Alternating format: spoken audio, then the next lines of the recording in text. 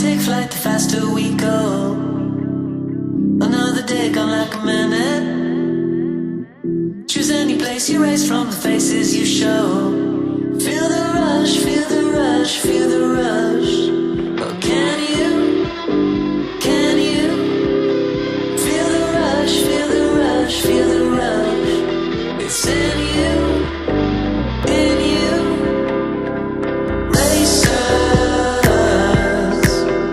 we are racers. We are racers, come chase us. Racers, racers, racers. We are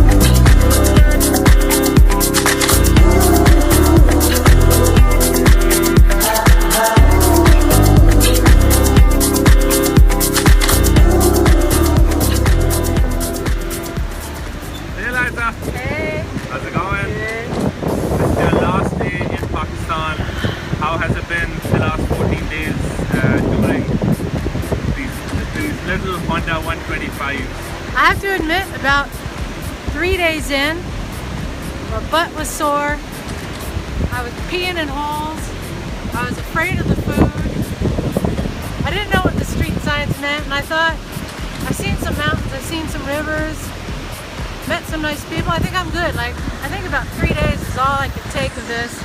Ugh. Now I'm going to have to endure the rest of the trip. And then something happened, something changed, and I stopped looking at the rivers and the mountains, and I started paying attention to the people. And the people that greet me and ask me how is my time in Pakistan, and want to tell stories and hear my stories. And then suddenly being in the holes not so bad, the road signs I started to figure out, and now I feel like now I have to go back to my other life. How am I going to adjust to that? Because now this is so overwhelming that at first I couldn't take it. Now it's like it's just filled me. So yeah, I love my time here. I can't imagine not coming back and telling all my friends and family to come see this and experience it. Stay longer than 3 days. Thank you, Liza.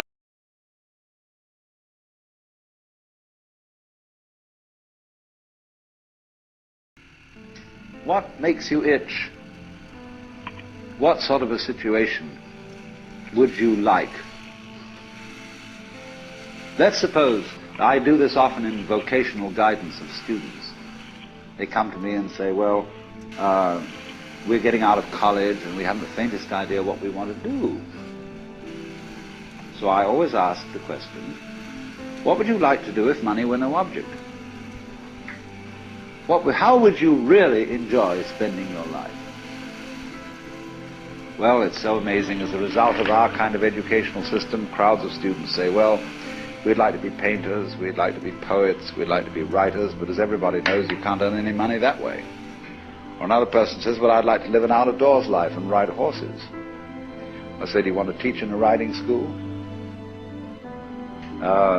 Let's go through with it. What do you want to do? When we finally got down to something which the individual says he really wants to do, I will say to him, you do that. And forget the money. Because if you say that getting the money is the most important thing, you will spend your life completely wasting your time. You'll be doing things you don't like doing in order to go on living, that is, to go on doing things you don't like doing, which is stupid. Better to have a short life that is full of what you like doing than a long life spent in a miserable way. And after all, if you do really like what you're doing, it doesn't matter what it is, you can eventually you could eventually become a master of it. It's the only way to become a master of something, to be really with it. And then you'll be able to get a good fee for whatever it is. So don't worry too much. Somebody's interested in everything. And anything you can be interested in, you'll find others will. But it's absolutely stupid to spend your time doing things you don't like in order to go on spending things you don't like and doing things you don't like, and to teach your children to follow in the same track. See, what we're doing is we're bringing up children and educating them to live the same sort of lives we're living, in order that they may justify themselves and find satisfaction in life by bringing up their children, to bring up their children to do the same thing, so it's all wretch and no vomit. It never gets there. And so, therefore, it's so important to consider this question: what do I desire?